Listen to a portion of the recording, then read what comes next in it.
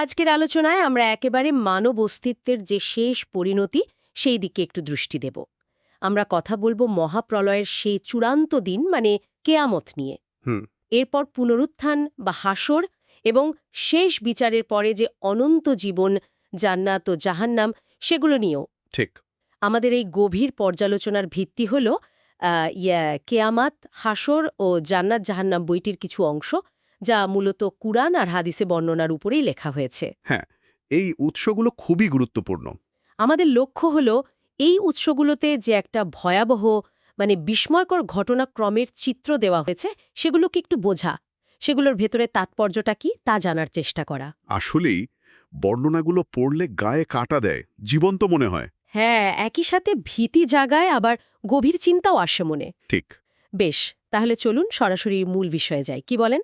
শুরুতে ইয়াউমুল কিয়ামা বা সেই মহাপ্রলয়ের দিন, এই ধারণাটা দিয়ে শুরু করা যাক। কেমন হবে সেই দিনটি?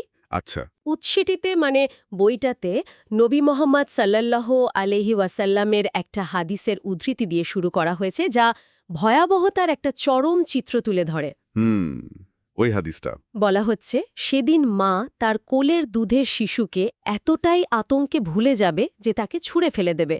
গর্ভবতী নারীর মানে গর্ভপাত হয়ে যাবে হঠাৎ আঘাতে। সুবহানাল্লাহ, ভাবা যায়।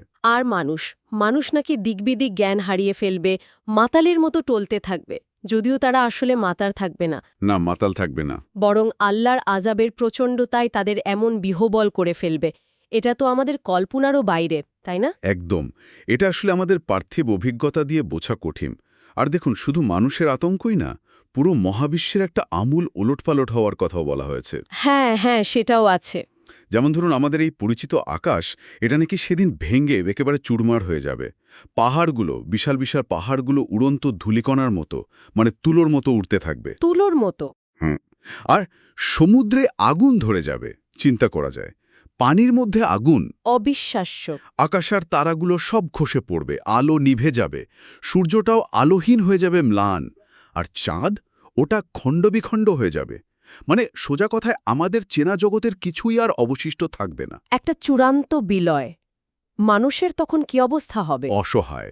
উৎস বলছে, তারা পাগলের মতো একটু আশ্রয় খুঁজবে, পালাবার জায়গা খুঁজবে। কিন্তু পাবে না। না, কোনো আশ্রয় পাবে না। তারা শুধু আর্তনাদ করবে, আজ পালাবার পথ কোথায়, কি হবে আমাদের? কিন্তু কোনো উপায় থাকবে না, চারদিকে শুধু ধ্বংস আর হতাশা। এরপরই তো সেই সিঙ্গার ফুকের কথা আসে, তাই না? ইসরাফিল আলাইহিসসালাম। ঠিক। ইসরাফিল আলাইহিসসালাম নামক ফেরেশতা, বর্ণনা অনুযায়ী তিনি একটি শিঙ্গা বা সুর নিয়ে আল্লাহর আদেশের জন্য অপেক্ষা করবেন, মুখে নিয়ে দাঁড়িয়ে থাকবেন অধীর অপেক্ষায়। হ্যাঁ, যখন আদেশ আসবে, ফুঁক দাও, তখন তিনি এক দীর্ঘ প্রচণ্ড ফুঁক দেবেন সেই শিঙ্গায়। আর সেই ফুকের শব্দ? সেই শব্দ যে কি ভয়ঙ্কর হবে! বলা হয়েছে, তার অভিঘাতে পৃথিবীর সকল জীবিত প্রাণী, মানুষ, পশুপাখি, কীটপতঙ্গ, জিন, এমনকি অন্য ফেরেশতারাও সব মারা যাবে। ফেরেশতারাও? হ্যাঁ, উৎস অনুসারে ফেরেশতারাও। শুধু তাই নয়, পুরো পৃথিবী, মহাদেশগুলো থরথর করে কাঁপতে থাকবে, প্রচণ্ড কাঁপুনি হবে। যা কিছু স্থির, যা কিছু পরিচিত, সব ধ্বংস হয়ে একাকার হয়ে যাবে। এটাই মহাপ্রলয়ের চূড়ান্ত রূপ। এই ধ্বংসের ব্যাপকতা বোঝাতে বইটাতে কিছু উদাহরণও দেয়া হয়েছে, তাই না? যেমন মক্কা, মদিনা। ঠিক, কিছু প্রতীকী উদাহরণ আছে।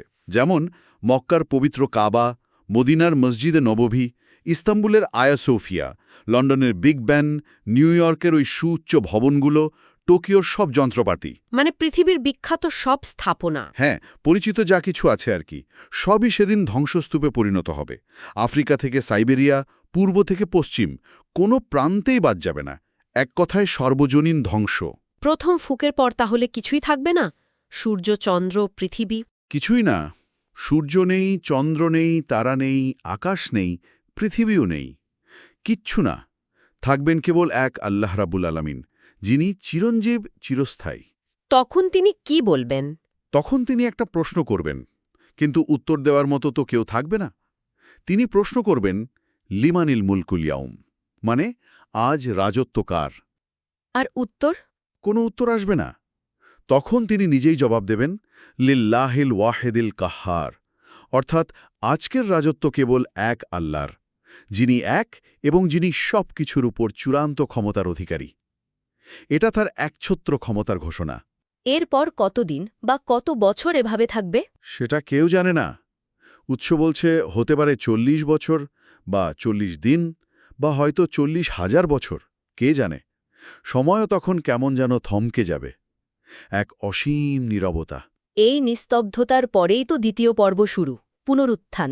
হ্যাঁ, এই অসীম নীরবতার পর আল্লাহর আদেশে সেই ফেরেশতা মানে ইসরাফিল আলাইহিসসালাম তিনি আবার আদিষ্ট হবেন, দ্বিতীয়বার ফুঁক দেবেন তার সিংহায়। দ্বিতীয় ফুক। আর এই দ্বিতীয় ফুঁকের সাথে সাথেই শুরু হবে পুনরুত্থান, মানে হাসর, মৃতদের আবার জীবিত হয়ে ওঠা এবং একত্রিত হওয়া। এটা কিভাবে ঘটবে, মানে শরীরগুলো?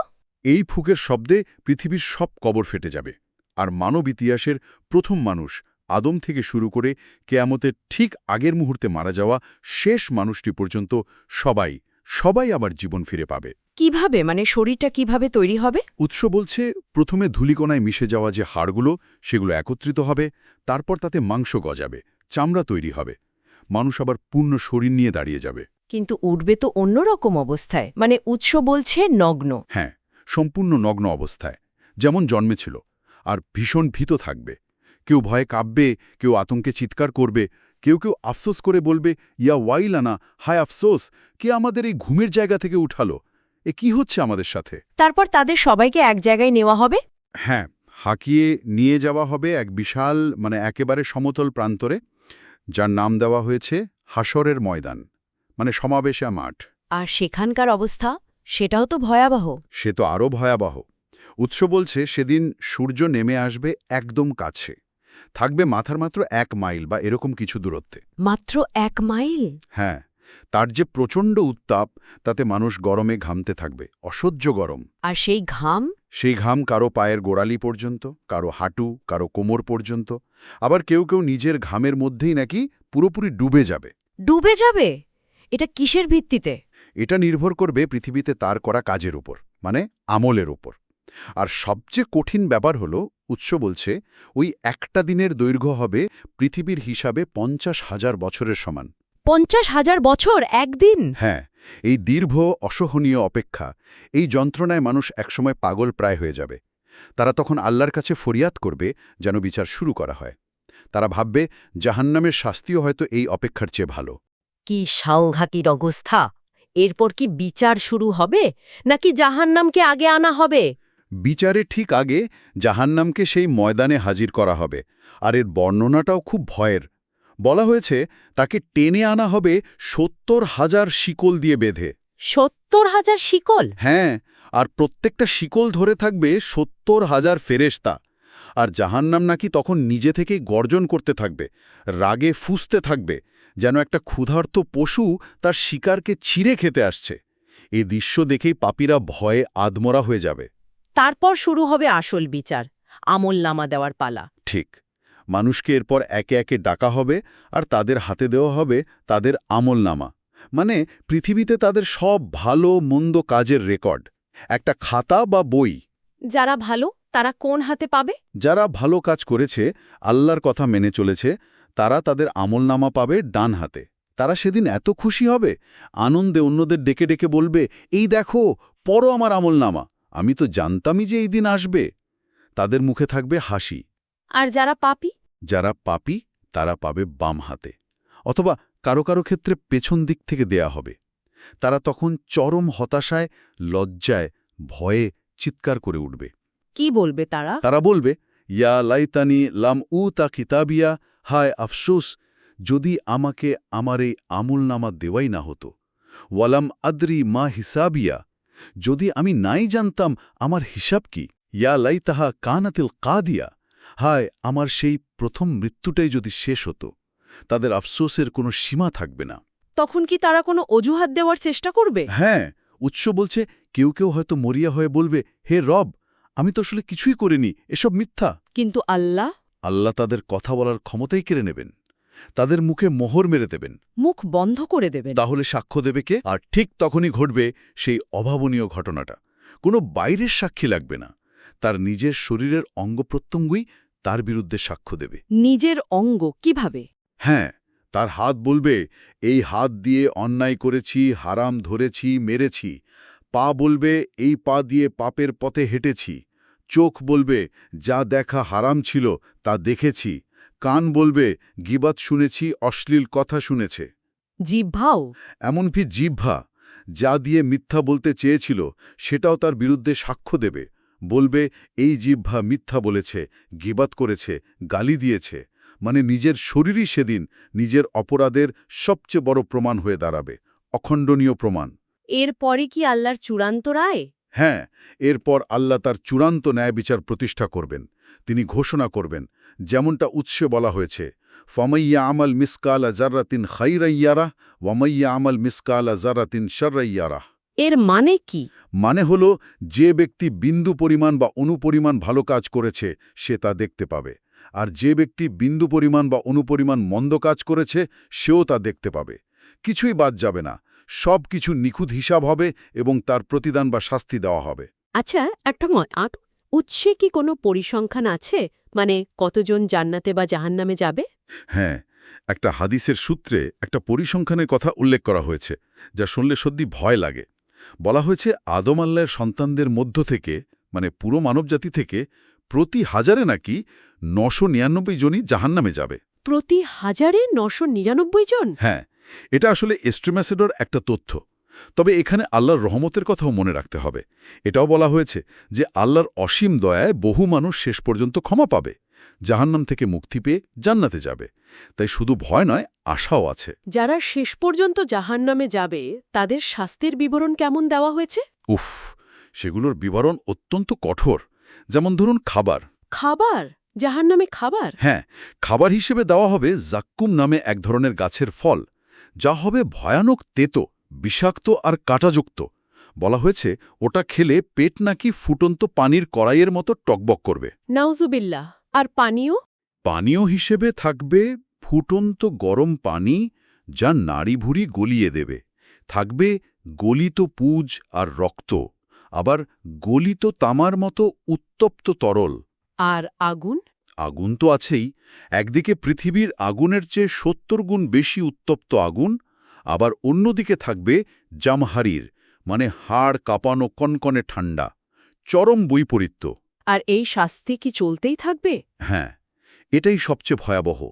শাস্তি হবে অন্তহীন, কোনো বিরতি নেই। মানুষ যন্ত্রণায় ছটফট করবে, কাঁদবে, চিৎকার করবে, একটু মুক্তির জন্য, একটু স্বস্তির জন্য। তারা বারবার মৃত্যু চাইবে। মৃত্যু চাইবে? হ্যাঁ, তারা জাহান্নামের প্রহরী ফেরেশতাকে বলবে, হে মালিক, তোমার রবকে বলো যেন তিনি আমাদের শেষ করে দেন, মৃত্যু দেন। কিন্তু উত্তর আসবে, না, তোমাদের এখানেই থাকতে হবে, মৃত্যু আর আসবে না, অনন্ত শাস্তি। এর বিপরীতে তাহলে জান্নাত, যারা মুক্তি পাবে তাদের জন্য। ঠিক এর বিপরীতে, যারা পৃথিবীতে আল্লাহকে ভয় করে চলেছে, তার কথা মতো চলেছে, ভালো কাজ করেছে, পাপ থেকে বেঁচে থেকেছে, মানে যারা মুত্তাকি ছিল, তাদের জন্য অপেক্ষা করছে চিরশান্তির জায়গা, জান্নাত। জান্নাতের বর্ণনা কেমন? জান্নাতের বর্ণনায় শুধুই শান্তি, সুখ আর আনন্দ। সেখানে থাকবে বিশাল বিশাল সবুজ বাগান, যার নিচ দিয়ে বয়ে যাবে স্বচ্ছ পানির নহর, দুধের নদী, মধুর নদী। বাহ! থাকবে সব রকমের সুস্বাদু ফলমূল, যা চাইলেই পাওয়া যাবে, কখনো শেষ হবে না। সুন্দর সুন্দর ঘরবাড়ি, প্রাসাদ, ভালো সঙ্গী সাথী। আর কোনো কষ্ট থাকবে না। না, সবচেয়ে বড় কথা, সেখানে কোনো ভয় নেই, দুঃখ নেই, কষ্ট নেই, ক্লান্তি নেই, অসুস্থতা নেই, কিচ্ছু না। শুধু অনাবিল চিরস্থায়ী সুখ আর শান্তি। আর সবচেয়ে বড় পুরস্কার হল আল্লাহর সন্তুষ্টি এবং তার দর্শন লাভের সুযোগ। তাহলে এই যে এত সব বিস্তারিত বর্ণনা আমরা পেলাম, মহাপ্রলয়, পুনরুত্থান, বিচার, জান্নাত, জাহান্নাম, এসব কিছুর মূল কথাটা কি দাঁড়ালো? উৎস এগুলোকে কিভাবে দেখছে? উৎস অনুসারে এগুলো তো নিছক কোনো গল্প বা মিথ নয়। এগুলো হলো কোরআন এবং হাদিসের ভিত্তিতে দেওয়া আল্লাহর প্রতিশ্রুতি আর চূড়ান্ত সতর্কবার্তা। মানবজাতির জন্য একটা শক্তিশালী অনুস্মারক বা রিমাইন্ডার। আর এর সবচেয়ে গুরুত্বপূর্ণ দিকটা কি? সবচেয়ে গুরুত্বপূর্ণ বিষয় হল কর্মফল আর ব্যক্তিগত জবাবদিহিতার ধারণা। এই পুরো বর্ণনার কেন্দ্রে আছে এই বিশ্বাসটা যে মানুষের প্রত্যেকটা কাজ, তা যত ছোটই হোক, যত তুচ্ছই মনে হোক, সেটার একটা ফল আছে। পরকালে তার হিসাব দিতেই হবে। ওই যে অনুপরিমাণ ভালো বা মন্দের হিসাব। একদম। অনুপরিমাণ ভালো কাজের পুরস্কার, অনুপরিমাণ মন্দের শাস্তি। এই ধারণাটা আমাদের এই পৃথিবীতে কাটানো প্রতিটা মুহূর্ত, নেওয়া প্রতিটা সিদ্ধান্ত, করা প্রতিটা কাজের গুরুত্বকে অনেক অনেক গুণ বাড়িয়ে দেয়। এটা একটা গভীর নৈতিক দায়িত্ববোধের জন্ম দেয়। সবশেষে আমাদের শ্রোতাদের জন্য একটা প্রশ্ন বা চিন্তার খোরাক রেখে যেতে চাই। অবশ্যই। এই যে উৎসগুলো ব্যক্তিগত জবাবদিহিতার উপর এত বেশি জোর দিচ্ছে, যেখানে নিজের অঙ্গপ্রত্যঙ্গ পর্যন্ত নিজের বিরুদ্ধে সাক্ষ্য দেবে এবং ক্ষুদ্রতম কাজেরও এত নিখুঁত হিসাব নেওয়া হবে, এই বিষয়টা ব্যক্তি আর আল্লাহর মধ্যকার যে সম্পর্ক, সেটা প্রকাশ আছে। কী ধরনের ইঙ্গিত দেয়? এটা একটা খুব ভালো প্রশ্ন। দুটোই তো আছে, কিন্তু এর বাইরেও স্রষ্টার সাথে সৃষ্টির সম্পর্কটা অনেক গভীর। এটা নিয়ে চিন্তা করার অনেক অবকাশ আছে।